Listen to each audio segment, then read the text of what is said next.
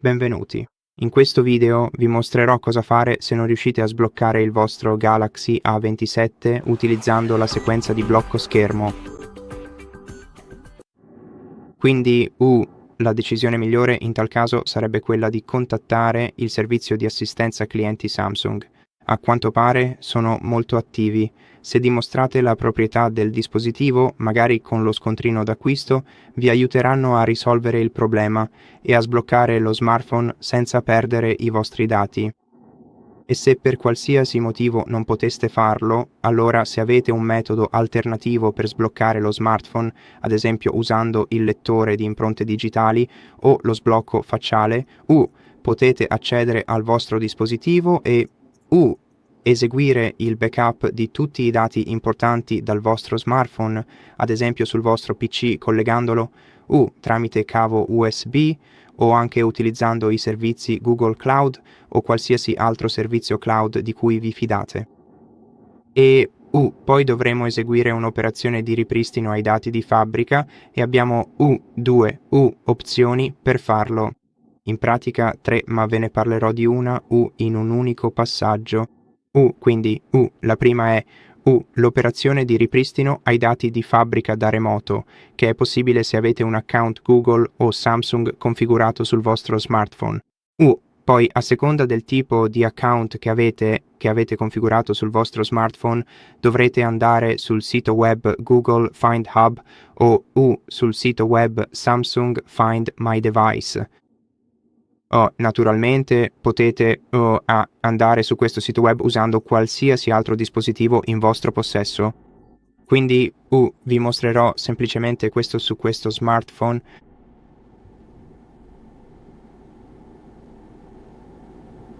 Quindi andiamo a cercare insieme la funzione Google Find Hub sul dispositivo.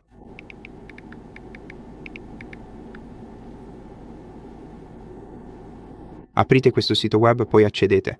Nel caso del sito web Find Hub dovete accedere usando il vostro account Google. Nel caso di Samsung Find My Device dovete accedere usando il vostro account Samsung. Poi dovrete selezionare il vostro S Galaxy A27 dall'elenco. Facciamo finta che sia questo e qui dovrete selezionare ripristino dati di fabbrica del dispositivo e confermare.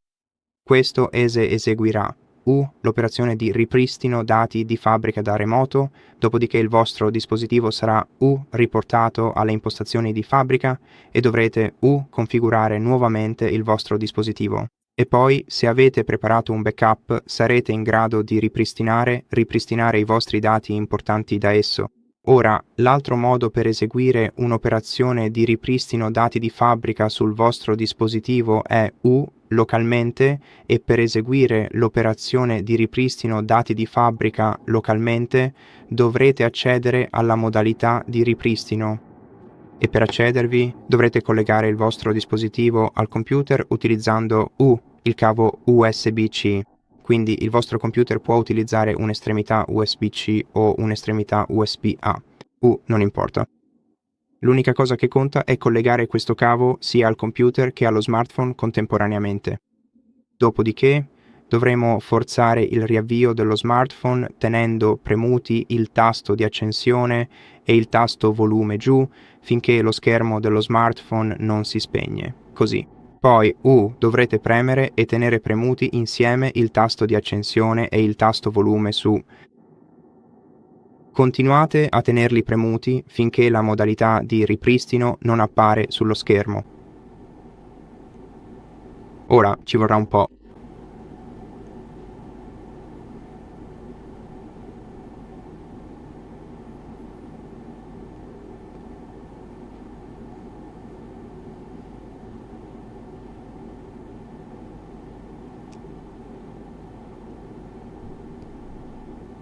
E una volta visualizzata la modalità di ripristino sullo schermo, usa i tasti freccia su e giù per navigare. Per eseguire l'operazione di ripristino ai dati di fabbrica, vai su Wipe Data Factory Reset usando i tasti del volume e il tasto di accensione per selezionare. Quindi seleziona Factory Data Reset, seleziona con il tasto di accensione. Questo eseguirà l'operazione di ripristino ai dati di fabbrica. L'operazione di ripristino sul tuo smartphone, ovviamente. e poi verrai riportato a questo menu dove dovrai selezionare Reboot System Now e lasciare che il tuo smartphone si riavvii. Ora, questo riavvio richiederà un po' di tempo, poiché durante il riavvio tutti i dati memorizzati localmente sul tuo dispositivo verranno cancellati. E dopodiché dovrai configurare nuovamente il tuo dispositivo. Ora, c'è anche un'ulteriore possibilità per sbloccare il tuo smartphone, che funzionerà solo nel caso tu ricordi la tua sequenza ma per qualche motivo non riesci a sbloccare il tuo smartphone. A volte succede perché il tuo smartphone sta andando a rilento a causa di qualche applicazione di terze parti che influisce sul modo in cui si comporta la schermata di blocco. Si tratta di un evento molto molto raro, ma non dimentichiamocene. Quindi riavviamo il nostro smartphone in modalità provvisoria, il che eliminerà qualsiasi attività in background e le applicazioni di terze parti che potrebbero influire sul comportamento della nostra schermata di blocco. Quindi, per riavviare lo smartphone in modalità provvisoria, dovrai premere e tenere premuti ancora una volta il tasto di accensione e il tasto volume giù. E una volta che il tuo smartphone si spegne, credo di sì. Sì, sembra di sì.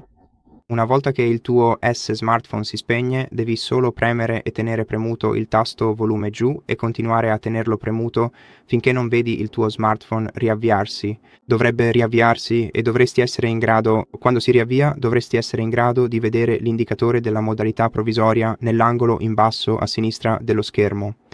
Ora continuerò semplicemente a tenere Sto semplicemente tenendo premuto questo tasto volume giù e aspettando che lo smartphone si riavvii.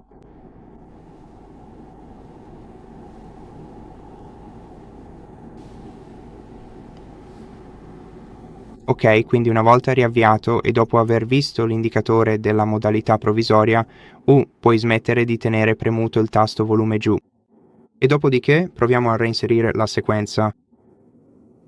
E poi, prima di cercare di capire quale tipo di applicazione potrebbe aver causato questo problema, rimuoviamo innanzitutto la sequenza di blocco schermo andando su impostazioni, poi sicurezza e privacy, quindi blocco schermo.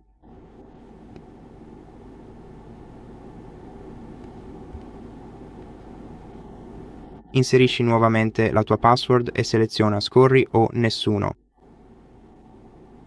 Rimuovi i dati.